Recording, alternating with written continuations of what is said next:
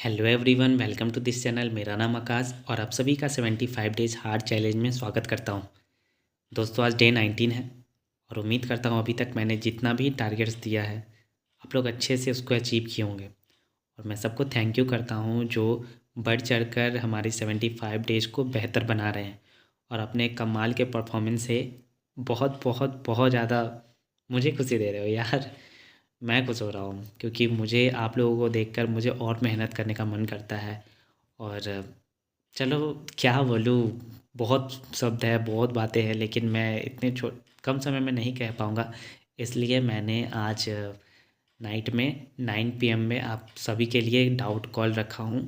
तो आप बढ़ चढ़ कर हिस्सा लेना। टेलीग्राम ग्रुप में आप ज्वाइन हो जाओ और डिस्क्रिप्शन में मैं लिंक दे रखा हूँ, वहाँ ज्वाइन कर लेना। जो भी डाउट हो टारगेट से रिलेटेड या पढ़ाई से रिलेटेड आप वहाँ पूछ सकते हो। चलो टारगेट्स की बात कर लेते हैं।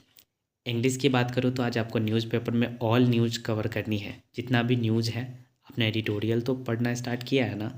आप न्यूज़पेपर भी तो पढ़ो, देखो तो कि न्यूज़पेपर आप कितनी जल्दी समझ पा रहे हो, कितना जल्दी इम्प्रूवमेंट आया है कि नहीं आया है। तो आज आपको न्यूज़पेपर करनी है। न्यूज़पेपर के अलावा आपको एडिटोरियल आज पढ़नी है, वो भी पढ़नी है। और उसका समरी लिखना है। आप समरी लिखो, समरी ना 80 to 100 वर्ड्स में लिखना। बहुत लोगों को समरी लिखने नहीं आता है, वो समझ ही नहीं पाते कि कैसे लिखना है।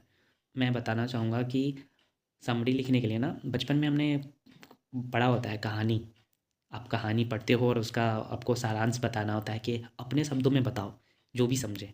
तो हम अपने शब्दों में बताते हैं, ठीक वैसे ही समरी में आपको लिखना है। आप अपने वर्ड्स में जो भी समझ पाए आप लिखो। ज़रूरी नहीं कि आप बड़े बड़े वर्ड्स का ही यूज करो। आप जो समझ पा रहे उस टाइप के वर्ड्स को भी यूज करके आप लिखो। इससे आपको बहुत इंप्रूवमेंट मिलेगी। हमने अभी तक ग्रामर में बहुत सारे टॉपिक बाई टॉपिक प्रैक्टिस कर लिए हैं। अब बारी है मिक्स करके प्रैक्टिस करने की। तो मिक्स डेटा डिटेक्शन लगाएंगे 25 क्वेश्चंस। आज हम एक new topic starters and connectors का कॉन्सेप्ट सीखेंगे, प्लस 15 क्वेश्चंस लगाएंगे। ये आपको स्टार्टर्स और कनेक्टर्स ना बहुत फ़ायदा करेगा पैरा जंबल में। आज आरसी की बात करूँ तो 2 सेट्स लगानी है इन्फ्रेंसेस बेस्ड। जी हाँ, इसमें ना आपको इन्फ्लुएंसेस बेस में क्या होता है कि आपको मीनिंग मतलब बताना होता है कि इसमें कौन सा आरसी में सही है, कौन सा सही नहीं है, इसे क्या होना चाहिए था, मतलब उसका ना अनुमान लगाया जाता है। तो उस टाइप के क्वेश्चन में लोग बहुत ज़्यादा सोचने में टाइम निकल जाता है। तो इसको कम कराने के लिए आज इसके प्रैक्टिस करने हैं। ये आपको प्रैक्टिस मॉक पे फ्री क्विज़ में अवेलेबल है, फ्री में। यस मॉक पे भी फ्री में आपको मिल जाएगा और स्मार्ट किरा पे भी आपको मिल जाएगा। तो आप कहीं से भी 2 सेट्स लगा लेना। क्वांट की बात करूँ तो स्पीड मैथ्स में आपको सिंप्लीफिकेशन प्लस अप्रॉक्सीमेशन दोनों मिलाकर आज आपको 60 क्वेश्चंस लगाने हैं 60 मिनट्स में। हाँ, 60 मिनट 60 क्वेश्चंस। पर क्वेश्चंस 1 मिनट ही देना है। अगर उससे ज़्यादा ले रहे हो तो उसको स्किप कर दो, उसको बाद में देखना। उसी समय करने मत लगना कि अब थोड़ा बचा हुआ है, नहीं, थोड़ा भी बचे छोड़ दो, उसको नेक्स्ट करना। और पीछे जो साउंड आ रही है ना, उसको थोड़ा अवॉइड करना। तो क्योंकि क्या होता है ना कि जब आप मॉक देते हो तो आप स्पीड मैथ्स में ही रह जाते हो। फिर 8-9 मिनट्स बीतने के बाद आप डीआई पे जाते हो। डीआई का पहले आप डाटा समझते हो, फिर डाटा निकालते हो, डाटा निकालने के बाद क्वेश्चन पे जाते हो, फिर क्वेश्चन का सॉल्व करते हो, फिर जाके आंसर देते हो। कितना टाइम लग गया ना। और एरिथमेटिक टच भी नहीं कर पाए। जानता हूँ एरिथमेटिक कमज़ोर है, पर इतना भी तो नहीं है ना। कुछ कुछ ईजी क्वेश्चंस भी होते हैं जिसे तुम लगा सकते थे, लेकिन क्या होता है टाइम नहीं रहने के कारण रस में पढ़ते हो और समझ में नहीं आता। और टाइम अप, कम कम अटेम्प्ट, कम स्कोर्स। तो इसलिए इसको प्रैक्टिस ज़्यादा से ज़्यादा स्पीड मैथ्स में कर लो अभी, बहुत फ़ायदा मिलेगा। और अरिथमेटिक की बात करूँ तो आज आपको प्रॉफिट एंड लॉस कल हमने कॉन्सेप्ट सीखा था। आज क्वेश्चंस लगाएंगे उसके बेसिक टू मॉडरेट। और डीआई में आपको 6 सेट्स लगानी है, जिसमें आरआरबी पीओ का 3 15 मिनट्स में और आईबीपीएस पीओ का 3, ये आपको 20 to 25 मिनट्स में टाइमर के साथ प्रैक्टिस करना, ये आपको लगानी है। ये जितना भी मैं टारगेट्स दे रहा हूँ ना, इसका सारा कंटेंट मैं आपको टेलीग्राम ग्रुप में प्रोवाइड कर देता हूँ। वहाँ बहुत सारा फाइल बहुत है। अब वहाँ से देखो देखो तो सही कि सोर्स में क्या दे रखा हूँ। तो वहाँ से आप कर लेना। आज आपको कैलकुलेशन के लिए लर्न क्रॉस टेबल करनी है, जिसमें होता है ना कि 2 into 3, 3 into 4, 5 into 6। तो इस तरीके से आपको 2 to 25 लिख कर याद करना है।